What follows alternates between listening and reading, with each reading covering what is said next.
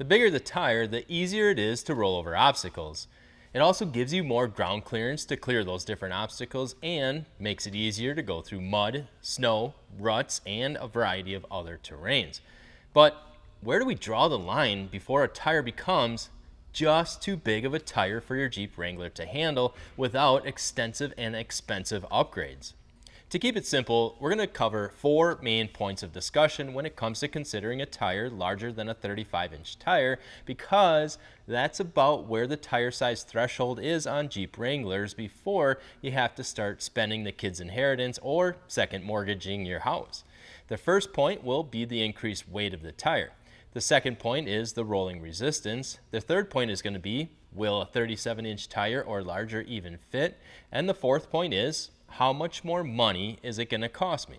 First off, different categories of tires for SUVs, CUVs, and pickup trucks have different capabilities, therefore are going to weigh differently. A mud tire will have a thick and tough carcass made out of steel, polyester, will have meaty tread lugs, and is designed to withstand the abuse of off-roading, therefore is going to be much heavier than a passenger-rated all-season tire that's designed for road comfort and handling. It'll have a thinner sidewall, less robust construction, and will weigh a lot less than a heavy mud tire. And regardless if you're adding extra weight in gear, extra cargo, people, recovery bumpers, or larger tires, it's going to take the engine more effort to move that extra weight. Not just move it forward while accelerating, but also to stop the vehicle. And that makes sense, right? So we're increasing the weight of the tire, but with increasing the size of the tire, we're also going to be increasing the footprint of the tire. And in science, if it's heavier and there's a larger contact patch, it means there's going to be more friction, and more friction equals more resistance. The more resistance there is, well, that just means it's going to take more energy to move the tires, which also boils down to the amount of force the Jeep's drivetrain and driveline components are going to be able to handle compared to what they were originally designed for from the factory.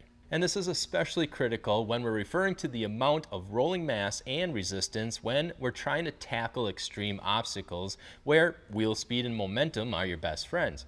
Adding an approximate extra 30% of weight at each corner of your Jeep, then multiply that additional weight while it's spinning at an ungodly amount of speed, and your front end is up in the air while this is all happening. When it lands and the tires come to a violent and abrupt stop, now all of a sudden the entire drivetrain is taking the brunt of all that force, and if it's too much weight or the tires just grab and stick, there's a very high probability that something in the drivetrain is going to explode and there's going to be some nasty carnage.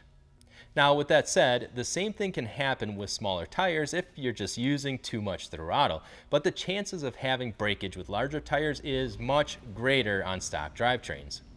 There's also the point of, if you're just driving your Jeep on the road with larger tires, that will, within itself, create a lot of extra force that just seems to multiply exponentially once you hit that 37-inch tire size or larger.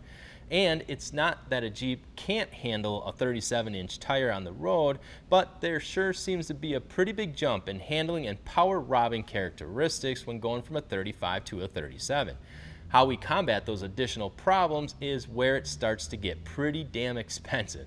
You can try going the cheap route or cheaper route with a performance tuner, intake, and exhaust, but that's still not going to be the cure-all for compensating for the bigger tires.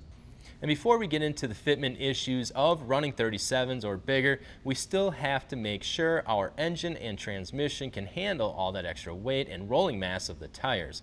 And one of the best ways of doing that is by swapping out the ring and pinion in the axles for a new set that has a much better gear ratio to match the larger size tires.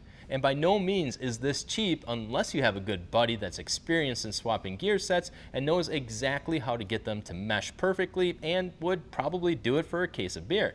Well, then all you'll have in cost are the gears and beers, which you're still looking at about $500 and $800 for a complete front and rear set like the ones we have on our accessories page on Trailbuilt. But they're also complete sets, not just the ring and pinion themselves. They'll include the shims, bearings, hardware, and range from a gear ratio of 410s up to 513s. And we'll also post that link to them in the description as well. And if you do end up taking your Jeep to a shop to re-gear the axles, it's gonna get pretty pricey. You're gonna be looking at anywhere from $1,500 to $3,000 depending on the shop. I mean, if you have the extra bankroll to afford it, not only the larger 37s or bigger tires and the gears, but it's definitely worth it to re-gear the axles to make your Jeep come alive again. And with everything in life, there is always a cause and effect, meaning that upgrading the size of the tires is a great way to find all the weak points in your Jeep's drivetrain, because once you upgrade the gears to compensate for the larger tires, it's also going to mean there's going to be a lot more stress on the rest of the drivetrain, like the axle shafts, U-joints, ball joints, and hub or unit bearings, and pretty much anything else that moves. May not be an issue with breaking those components if you plan to just daily drive your Jeep, but there's a pretty good chance that something's going to break once you hit the more challenging obstacles. So the rule of thumb is spend a lot now and a little later, or spend a little now and a whole hell of a lot later. Either way, you want to play, you got to pay. And then there's still the additional cost of the suspension lift, wheels, spacers, or anything else to clear the bigger tires, which leads us into our third point of what it all takes to clear 37-inch tires. Except for the 2018 and newer JL Rubicons, to go from a 35-inch tall tire up to at least a 37-inch tall tire is going to take at least a 3 to 3.5-inch suspension lift if you didn't modify anything else like high clearance fenders, aftermarket bumpers, wheel spacers, or new wheels with a higher negative offset to make the wheels and tires stick out further for additional steering clearance, or just a bunch of extra cutting and trimming, especially non-Rubicon models. And the cost just keeps going up and going up when you switch from 35s to 37s and bigger. So guys, the bottom line is that anytime you increase the size of the tires, it's going to have a cause and effect, both in functionality and cost. But once the decision is made to go any larger than about a 35-inch tire, plan on some costly and major upgrades if you want your Jeep to perform at its best. And like the letters in Jeep stands for, just empty every pocket, because it's true. And I'm sure I forgot a few other things to think about when upgrading to larger tires, so definitely make sure and let us know what else there is to watch out for, or even if you guys do have any further questions, make sure and let us know in the comments below. Also guys, don't forget to check out our website at Trailbuilt Off-Road when looking for a new package set of wheels and tires, a suspension lift, or accessories.